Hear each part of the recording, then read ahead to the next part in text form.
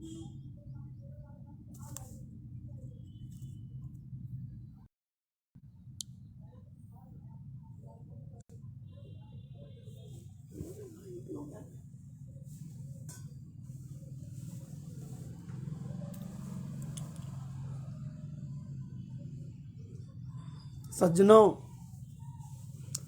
नमस्कार, प्रणाम, जय सिया राम। आज से हम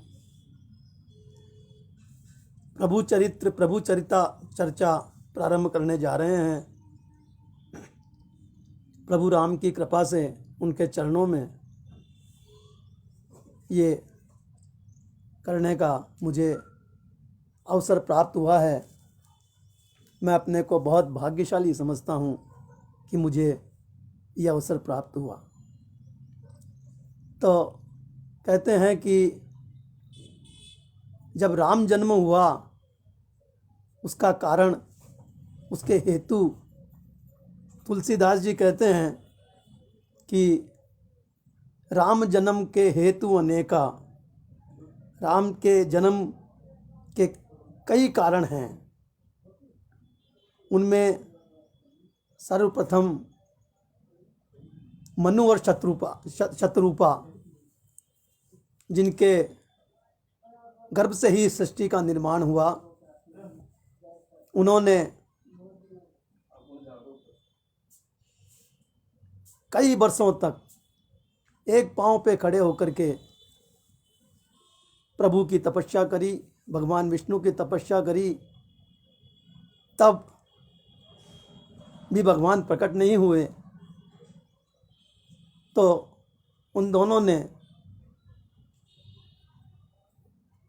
पेड़ों के पत्ते खा करके तपस्या करी, फिर भी प्रभु प्रकट नहीं हुए।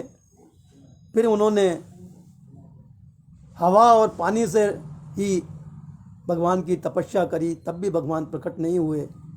तब उन्होंने निराहार रह करके, कुछ भी न खा करके और एक पांव पर खड़े होकर के उन्होंने भगवान की तपस्या करी। तब भगवान विष्णु चतुर्भुज रूप धारण करके प्रकट हुए और उन्होंने कहा कि हे मनु, हे शत्रुपा, मैं आपसे बहुत प्रसन्न हूँ, आप कहिए क्या वरदान मांगते हैं। तो मनु ने कहा, प्रभु आपके दर्शन हो गए, यही मेरे लिए सबसे बड़ी उपलब्धि है, सबसे बड़ा संसार का धन है। लेकिन प्रभु ने कहा कि नहीं, मैं आपसे बहुत प्रसन्न हूँ, आप एक वर तो मांग ही लीजिए। तो शत्रुपा ने कहा कि प्रभु, हमें आपके जैसी संतान चाहिए, हमारे घर में आप जैसा ही पुत्र पैदा हो। तो प्रभु ने कहा कि मैं मेरे जैसा कहाँ से लेकर के आऊँ। हे शत्रुपा, हे मनु जी, मेरे को स्वयं को ही आपके गर्भ से जन्म लेना पड़ेगा, आपके घर में जन्म लेना पड़ेगा। मैं ही त्रेता युग में आप दशरथ बनेंगे और शत्रुपा माँ कौशल्या बनेगी, उनके गर्भ से मैं उत्पन्न होऊंगा, जन्म लूँगा। तो एक कारण तो ये था। दूसरा कारण है नारद मोह। नारद जी को जब मोह हो गया तो वे अभिमान में भर करके ब्रह्मा जी के पास गए। ब्रह्मा जी ने उन्हें बहुत समझाया कि बेटा, मोह की कोई ज़रूरत नहीं है, इतना मोह मत करे, इतना घमंड मत करे, इतना अभिमान मत करे। लेकिन नारद जी नहीं माने। वे वहाँ से इतराते हुए भगवान शंकर के पास गए। भगवान शंकर को भी यही बात सुनाई तो भगवान शंकर भी मुस्कुराए और कहने लगे, मुझे तो ये बात कह दी है नारद, लेकिन भगवान विष्णु को ये बात मत कह देना। पर नारद तो अभिमान में चूर थे, उन्होंने कामदेव पर विजय पाई थी, तो वे तो भागे भागे तुरंत। मित्रों, जब किसी के हृदय में प्रसन्नता होती है तो वो अपने मन में नहीं छिपा सकता, वो उसको बांटता है। वो अपने लोगों के पास जा जा करके वो प्रसन्नता सुनाता है। तो नारद जी को भी बड़ी प्रसन्नता हो रही थी कि मैंने कामदेव पर विजय पाली है। तो वे भागे भागे फिर विष्णु जी के पास गए और विष्णु जी को भी यही कहा कि हे विष्णु भगवान, हे माता लक्ष्मी, मैंने कामदेव पर विजय पाली है। तो भगवान विष्णु ने कहा कि नारद जी, जिसने भी इस पृथ्वी पर जन्म लिया है, जिस प्राणी ने भी, मनुष्य ही नहीं समस्त प्राणियों ने इस पृथ्वी पर जन्म लिया है, और यदि वे नर और मादा हैं तो उनके जीवन में कामदेव अवश्य व्यापता है। उससे कोई छुटकारा नहीं पा सकता, उस पर कोई विजय नहीं पा सकता। मगर नारद जी ने तो उनकी बात भी नहीं मानी और मुस्कुराते हुए वहाँ से विदा हो गए। अब भगवान विष्णु की तो आदत है कि वे किसी का भी अभिमान नहीं रहने देते, और भक्तों का अभिमान तो कभी नहीं रहने देते। वो जानते हैं कि मेरे भक्त में यदि अभिमान आ गया तो ये पतन की ओर चला जाएगा। इसलिए भगवान विष्णु ने माया रची, एक माया का ही एक शहर बनाया, नगर बनाया। उसमें लक्ष्मी जी को सुंदरी बना करके भेज दिया, और वहीं पर नारद जी पहुंचे तो भगवान का माया से निर्मित किए हुए लक्ष्मी जी के माता पिता नारद जी से मिले और नारद जी को कहने लगे कि हे नारद जी, मेरी पुत्री, इसका हस्त देखिए, इसकी हस्तरेखा देख करके बताइए कि इसके भाग्य में क्या लिखा है। और जब नारद जी ने उस कन्या का, जो लक्ष्मी का रूप थी, उन्होंने उनका हाथ देखा, हस्तरेखा देखी, तो नारद जी चकरा गए। उन्होंने राजा से कहा कि आपकी ये कन्या तो बहुत भाग्यशाली है, इसे त्रिलोकी के नाथ, जो ऐसा राजा मिलेगा, ऐसा पति मिलेगा जो त्रिलोकी पे राज्य करेगा, सारे सुखों से संपन्न होगा, सारी सृष्टि उसके वश में होगी। तो राजा ने कहा कि नारद जी, कल इस कन्या का स्वयंवर है, आप भी रुकिए और स्वयंवर देख करके ही आगे प्रस्थान कीजिए। तो नारद जी के मन में आया कि कल जो स्वयंवर है, उस स्वयंवर में क्यों नहीं मैं ही इस कन्या को वर लूं और तीनों लोगों का मैं ही राजा बन जाऊं, सारा सुखी संपन्न हो जाऊं, हर प्राणी पर मेरा राज चले। नारद जी मन में ये कामना करके सोचने लगे कि मुझ सन्यासी को तो ये कन्या वरेगी नहीं। तो ये भागे भागे भगवान विष्णु के पास स्वर्गलोक में पहुँचे और भगवान विष्णु से कहने लगे कि प्रभु, मैंने एक पृथ्वी पर नगर देखा है, उस नगर की कन्या सुंदर है, बहुत स्वरूपवान है, बहुत भाग्यशाली है, मुझे आप अपना हरि रूप दे दीजिए तो वो कन्या शायद मुझे वर ले। भगवान ने कहा कि नारद जी, मैं आपकी बात कभी नहीं टालता हूँ, आपने हरि रूप मांगा है तो मैं आपको हरि रूप ही देता हूँ। और भगवान ने नारद जी को हरि रूप प्रदान किया। हरि यानी बंदर भी होता है, वानर भी होता है, कपि भी होता है। तो भगवान ने नारद जी को कपि रूप दे दिया। नारद जी इतराते हुए पृथ्वी पर आए और उस नगर में जहाँ स्वयंवर होने वाला था, हो रहा था, वहाँ आकर के वो भी विराजमान हो गए। उस नगर की कन्या जो कि लक्ष्मी स्वरूप थी, वो वरमाला लेकर के सभी राजाओं के पास जाने लगी। नारद जी बार बार उसके सामने आते और ऐसा प्रयास करते कि ये कन्या वरमाला मेरे गले में डाल दें, पर कन्या हरि रूप देख करके कैसे उनके गले में वरमाला डालती। तो आखिर ये हुआ कि वहीं पर विष्णु भगवान भी एक राजा का रूप धारण करके आगे बैठ गए। लक्ष्मी घूमती हुई आई, लक्ष्मी रूपी कन्या सब राजाओं को देखती हुई आई और भगवान विष्णु के गले में उन्होंने वरमाला डाल दी। जब भगवान विष्णु के गले में वरमाला डाली तो नारद जी को बड़ा दुख हुआ। उन्होंने कहा कि हरि रूप होते हुए भी मुझे वरमाला क्यों नहीं डाली गई। तो वहां शिव के 2 गण थे, उन्होंने नारद जी का उपहास किया, उनकी हंसी उड़ाई। तो नारद जी को बड़ा क्रोध आया कि हरि रूप होते हुए भी तुम मेरा उपहास कर रहे हो, क्या कारण है।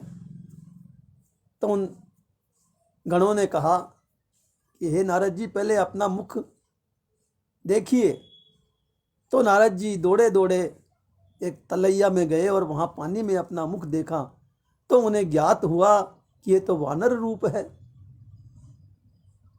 जब उन्होंने ये देखा तो नारद जी थे, क्रोध में भर गए और क्रोध में भर करके पहले तो उन दोनों गणों को कहा कि तुमने मुझे बताया क्यों नहीं, ये बात पहले ही बता देते तो मेरी हंसी नहीं होती, मेरा उपहास नहीं होता।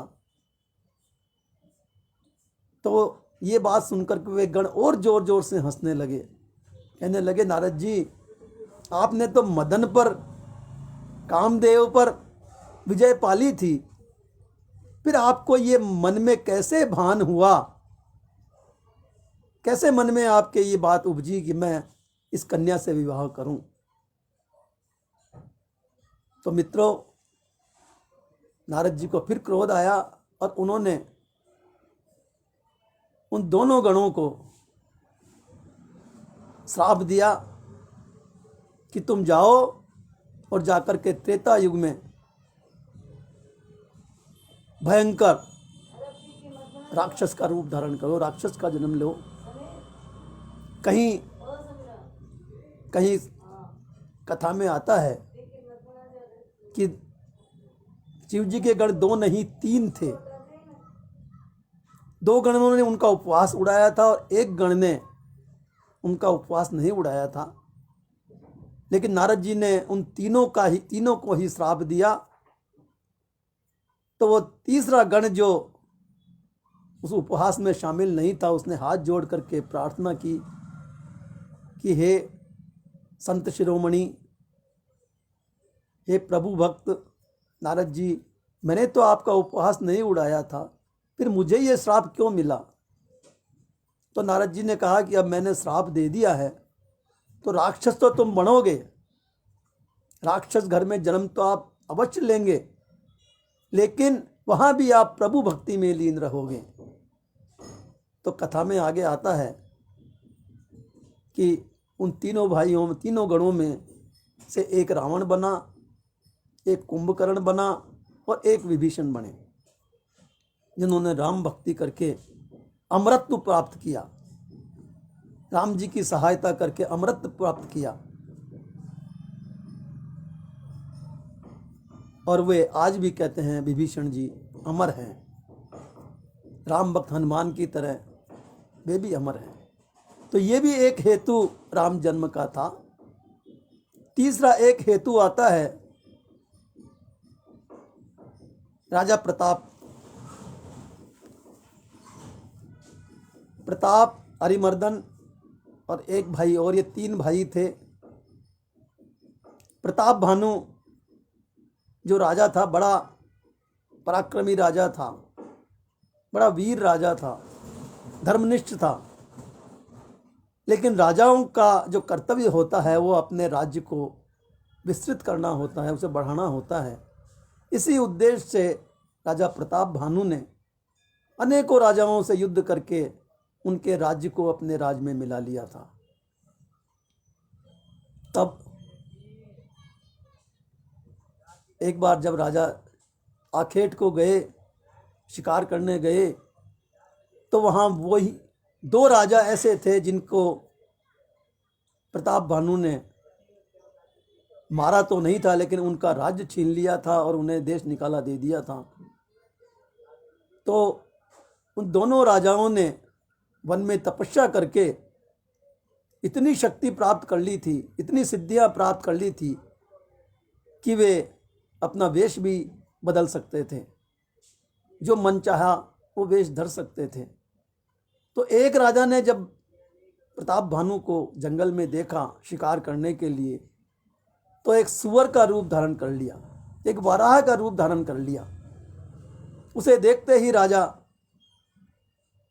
संयोग से उस दिन राजा को कोई शिकार नहीं मिला था, लेकिन संध्या के टाइम पे जब वो सुअर दिखा, वो वाराह दिखा, तो राजा ने उसे का आखेट करने के लिए उसकी तरफ बढ़े।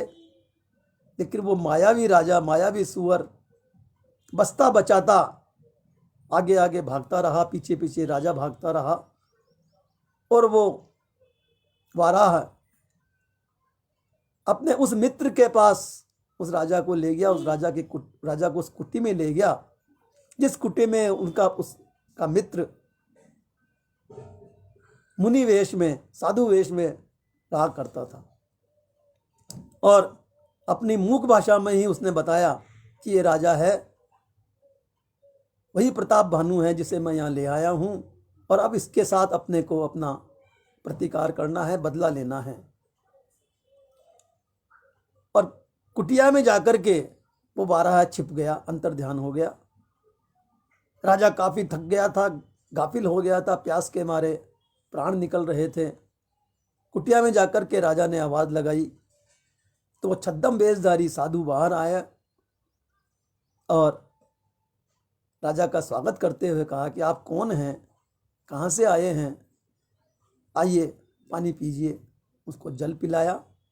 तो राजा ने देखा कि मैं यहाँ अकेला हूँ, इसलिए राजा ने अपना परिचय नहीं दिया। उसने कहा कि मैं प्रताप भानु का मंत्री हूँ और अपने राजा से बिछुड़ गया हूँ। ये सुनकर के छद्मधारी राजा जो साधु वेश में था वो मुस्कुराया और कहने लगा, सोचने लगा कि हाँ राजा, तुम राजा के मंत्री ही हो। इस तरह राजा ने, जो पराजित राजा मुनि के वेश में था, उसने भी छल के साथ ही उसे भोजन कराया और कहा कि हे राजा, अब रात काफ़ी हो गई है, बहुत रात बीत गई है, इसलिए आप यहीं विश्राम करो और प्रातः आप अपने घर चले जाना, अपने राज्य में चले जाना और अपने राजा से मिल लेना। राजा वहाँ लेटा, सोया, शयन किया, लेकिन अर्धरात्रि में राजा को नींद उचट गई और वे मुनि से कहने लगे कि हे मुनि, मुझे अपने राज्य में जाना है, मेरे बिना राजा और प्रजा सभी बेचैन हो रहे होंगे। तो मुनि ने कहा कि आप अपने राजा से कहना कि उनके पाप बहुत बढ़ गए हैं, उन्होंने बहुत राजाओं का वध किया है, राज्य छीना है, उनके कल्याण के लिए कुछ करे। तो मंत्री ने पूछा, राजा ने पूछा, जो मंत्री बने हुए थे, कि राजा को क्या करना चाहिए। तो उन्होंने कहा कि मंत्री, मैंने मेरे सिद्धि से, मेरे अंतर मन से मैंने जान लिया है कि आप प्रताप भानु राजा हैं और मुझे मंत्री बता रहे हैं, मुझसे छल कर रहे हैं। ये सुनकर के राजा ने देखा कि तो सिद्ध पुरुष है। उन्होंने राजा उस मुनि के पांव पकड़ लिए और कहने लगे कि हे महाराज, मुझे मुक्ति का उपाय बताइए। तो उस छद्मधारी राजा ने उसे बताया कि आप अपने राज्य में जाओ और जितने भी ब्राह्मण आपके राज्य में हैं उन सबको न्योता दो और उन्हें भोजन कराओ, लेकिन भोजन कराने से पहले मैं वहाँ आऊँगा और वहाँ आकर के भोजन को सिद्ध करूँगा। वही भोजन अपने ब्राह्मणों को आप परोसेंगे और अपने हाथ से परोसेंगे और राजाओं को भोजन कराएंगे, ब्राह्मणों को वो भोजन कराएंगे। राजा ने कहा ठीक है, अब मैं चलता हूँ। तो मुनि ने कहा कि ऐसे तो बहुत दूर रास्ता है, आप परेशान हो जाएंगे, मैं अपने सिद्धि से आपको अपने राज्य में पहुंचाता हूँ। तो वो माया रूपी राजा ने प्रताप भानु राजा को उनके अश्व समेत, घोड़े समेत उनके राज्य में पहुंचा दिया। प्रातः राजा ने जब प्रातः हुआ, सवेरा हुआ, तो अपने मंत्रीगणों से सबसे कहा कि नगर में जाकर के सब जितने भी ब्राह्मण हैं उन सबको भोजन करने का, जीमने का न्योता दे करके आइए, मैं कल ब्रह्म भोज करूंगा। सारे ब्राह्मणों को न्योता दे दिया गया, खाने की सामग्रियां बना ली गई। अब राजा प्रताप भानु उस छद्म मुनि की प्रतीक्षा करने लगे। मुनि वहां आए, यहाँ भी उन्होंने मुनि का वेश न धारण करके और उसका जो प्रताप भानु का जो मंत्री था उसका वेश धारण कर लिया और मंत्री को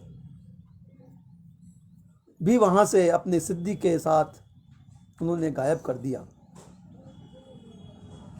तो मंत्री रूपधारी मुनि ने राजा के पास जाकर के कहा, उस दिन की सारी बात बताई कि आप इस तरह से मेरे कुटी में आए थे वाराह का पीछा करते हुए और इस तरह से आपके मेरे बात हुई थी। तो राजा को विश्वास हो गया कि ये वही मुनि है और वो उसे लेकर के भंडार गृह में गए।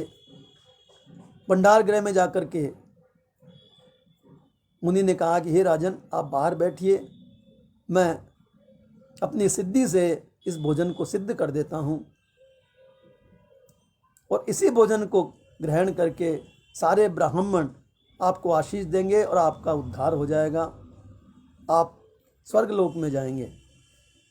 राजा मति भ्रम हो रहा था, वो बाहर आ गया और मुनि ने जो भोजन राजा ने बनाया था उस भोजन को तो वहाँ से अपनी माया से विलुप्त कर दिया और मांसाहारी भोजन वहाँ रख दिया। ऐसा भोजन रख दिया जो दिखने में तो राजा के भोजन जैसा दिखता था लेकिन उसमें मांस मिला हुआ था। उसके पश्चात मुनि ने बाहर आकर के राजा को कहा कि हे राजन, आप अपने हाथों से ये भोजन परोसिए और ब्राह्मणों को भोजन कराइए। राजा ने उसकी आज्ञा अनुसार भोजन परोसा, सारे ब्राह्मणों को भोजन मिला।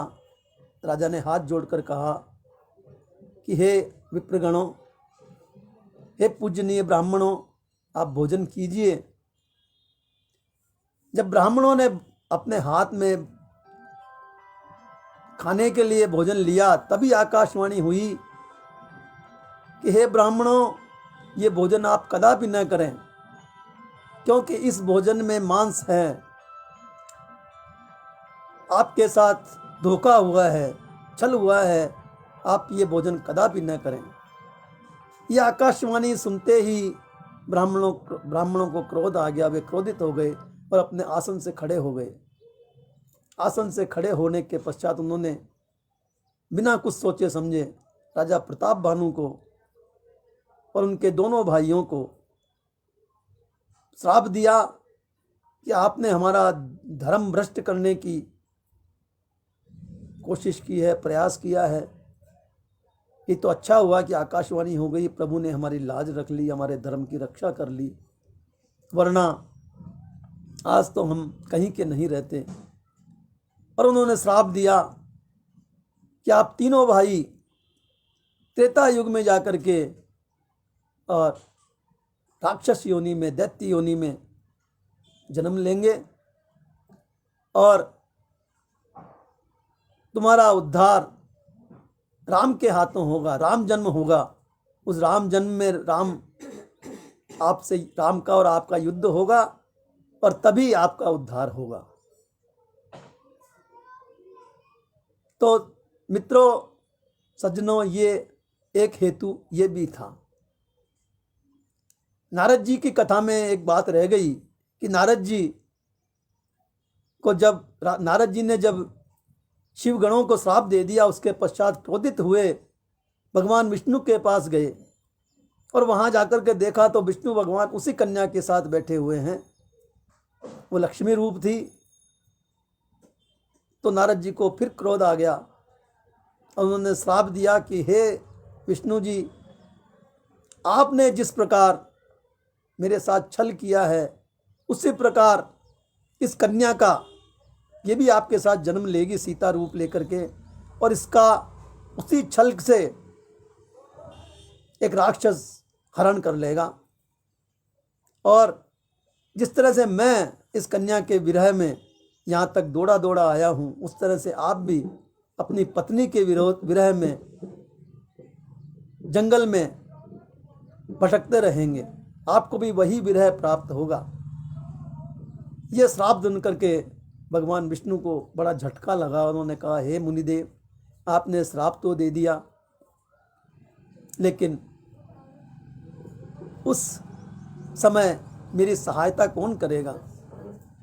तो नारद जी ने कहा कि ऐसे समय में हे भगवान विष्णु, आपने जो वानर रूप मुझे दिया है वही वानर आकर के आपका सहयोग करेगा, आपकी सहायता करेगा। तो मित्रों, त्रेता युग में राम जन्म हुआ, सीता हरण हुआ, रावण उसको हर के ले गया। नारद जी के श्रापानुसार भगवान राम वन वन भटके पत्नी विरह में, और वानर रूपी हनुमान जी ने उनकी सहायता करी और उनके भक्त बने। तो इस तरह से और भी कई कारण हैं, कई हेतु हैं जो राम जन्म के लिए बने। ये कथा भगवान शंकर ने पार्वती को सुनाई थी। जब शिव विवाह हुआ और पार्वती भगवान शंकर के साथ हिमाचल में आई, तो भगवान शंकर ने पार्वती जी से पूछा कि हे पार्वती, आप आज कुछ भी मांग सकती हैं, मैं सब कुछ आपको देने को तैयार हूँ। तो पार्वती ने कहा कि हे प्रभु, हे मेरे पतिदेव, हे प्राणेश्वर, यदि आप देना ही चाहते हैं तो आप वो दीजिए मुझे जो आपने आज तक किसी को नहीं दिया, और आपने जो अपने हृदय में छिपा रखा है वही मुझे दीजिए। भगवान शंकर समझ गए कि पार्वती रामायण सुनना चाहती है, रामचरित सुनना चाहती है, क्योंकि भगवान शंकर ने जब रामायण की रचना करी तो उसे गुप्त रखा। उन्होंने सोचा कि यदि मैं इस रामायण को भोजपत्र पर लिखूंगा तो फिर भी तब भी इसे कोई पढ़ लेगा, पत्थरों पर लिखूंगा, पर्वतों पर लिखूंगा तो भी इसे कोई ना कोई पढ़ लेगा। लेकिन मैं नहीं चाहता कि राम जन्म से पहले ये कथा प्रकट हो। वे अपना ध्यान लगा करके उस राम कथा में ही मग्न रहा करते थे। पर आज पार्वती ने उनसे वो वरदान मांग लिया कि राम कथा सुनने बैठी, और भगवान शंकर ने, महादेव ने वो राम कथा उन्हें सुनाई। उसी कथा में सर्वप्रथम पार्वती ने प्रश्न किया कि राम जन्म के क्या हेतु हैं, राम जन्म क्यों हुआ, क्या कारण है। मित्रों, अभी और भी राम जन्म के कई कारण हैं, वो कथा, वो प्रसंग हम कल करेंगे। तब तक के लिए विदा। जय सिया राम। नमस्कार।